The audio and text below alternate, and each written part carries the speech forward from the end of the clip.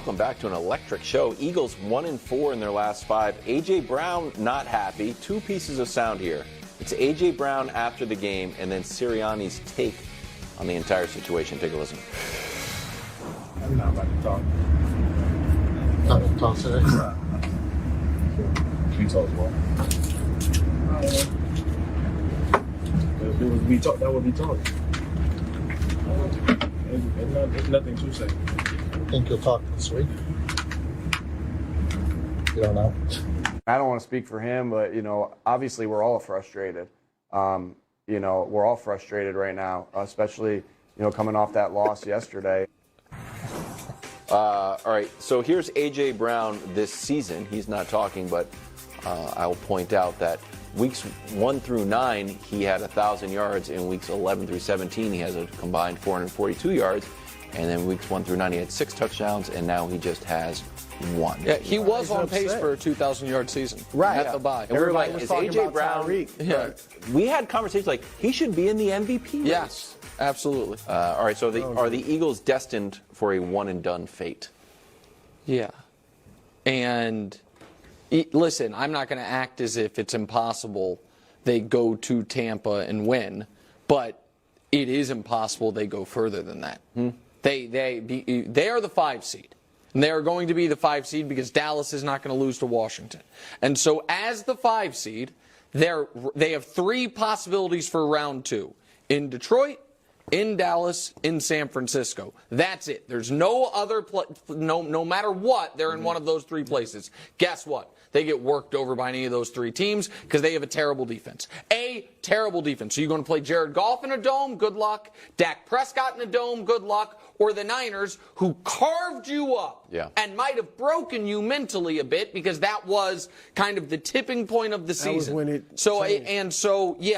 I think the brain drain coach is real for them and other teams, by the way. The Chiefs might be one of them. But I think the loss of both your coordinators is devastating. One of the things the Chiefs were lucky on is when they were going to all the Super Bowls prior to last year is no one would hire Bieniemy, so they didn't have to deal with a brain drain. But we've seen it happen with multiple teams, and Philly's dealing with it. And you let Drew Lock go 90 yards on you, and you let Kyler Murray do what he did, and that's the difference between you being the 1 seed right now and the 5, you're cooked. Well, you got to have, there needs to be some perspective here. Okay, you didn't win 11 games by accident. You didn't beat good teams by accident. You didn't go 25-6 over the last 2 years by accident. None of those things are you didn't luck into that. And the brain drain could be an issue, but typically that's an issue at the beginning of the season and not at the end of the season. And they need to realize that. And I understand they're reeling, and you don't want to be reeling now.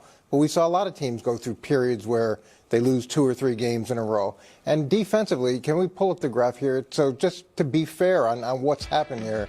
So since Matt's taken over, they have improved in several categories.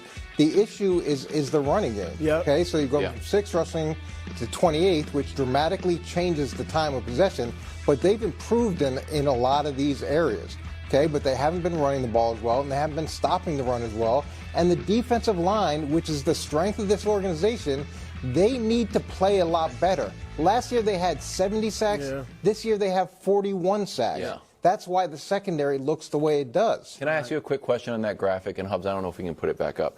Is it as simple as Matt Patricia coming in and saying, wow, we're 28th in defending the pass, but 6th in defending the run? I'm gonna let me just move some basic an account, put some more emphasis over here. So now, great news. We're 10th against the pass, but we're 28th against. Absolutely. But you're just moving deck chairs around. Look at the around. other areas. Look at 3rd down to go from last to 17th. Red zone to go from 30th to 19th. Okay, those things aren't just moving around, running and passing game. Those are substantial areas of growth. And I know we just want to label it as the defense is terrible, but the strength of this defense is supposed to be the D-line. So you've got significantly less sacks, and now you're not stopping the run, which starts up front. So and getting some veteran leadership to step up here and say, hey, this is not who we are. And forget about it's this guy's fault or that guy's fault. You won games because you've been good. You can be good again. Well, Coach, like you said, this is interesting. The first 9 games before the bye, they gave up 100 yards rushing once. And now their passing was and getting only torched. over 4 yards a carry twice. The Seven. passing game was getting torched. The run game, they were shutting down. They were 8-1. Since then, all 7 games, they've given up 100 yards. The passing defense has gotten better. This is even before the defensive coordinator switch. But they've been getting work because they've given up the run. Look, the question, Nick focused on going further than the first round. I'll show this first. I think they can definitely beat the winner of the NFC South. Yeah, you have them going to the Super Bowl. You told us yesterday. You doubled they down. definitely can beat the winner of the NFC South. Look Go at this. all in, Bruce. Look, I'm staying with them. I'm 2 toes down now. 5. Look at this win against winning teams. They're 5-2. And the Buccaneers, come on, I'm sorry. I know y'all like the Bake Show. They're 1-6 against teams with winning records. This is the not- Saints and the Falcons. Take this off the screen. No, so first you got to win. That's who they're facing. One of those teams. Yes, we know. Their best win of the season, margin-wise, was against who? Tell us, bro. Tampa Bay. Where? They're 8-8. Tampa Bay. We don't think. But the question was one and done. Yeah, The question was one and done. I know, but the surrounding question is you have them winning I the Super told Bowl y'all for the last yesterday. week. Don't look for me to change. Not right now.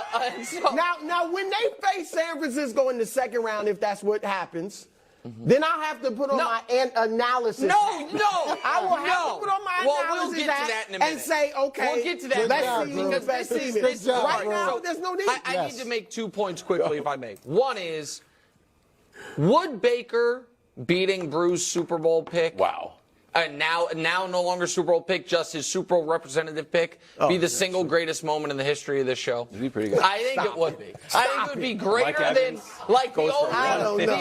I can't Andrew imagine what could Wiggins be better. balling That's big. out. But I then don't know. That's here's big. here's a more important question to Yeah. ask. And I'm going to steal a line from Kevin Clark, who I talked to this morning.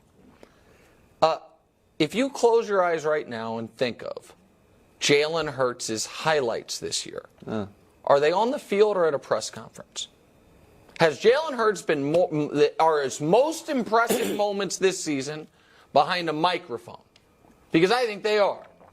And I think that while the Eagles' defense is the reason they are in total free fall, the reason that they have not been able to pull out of the free fall, it is the Eagles' defense fault that the plane is crashing.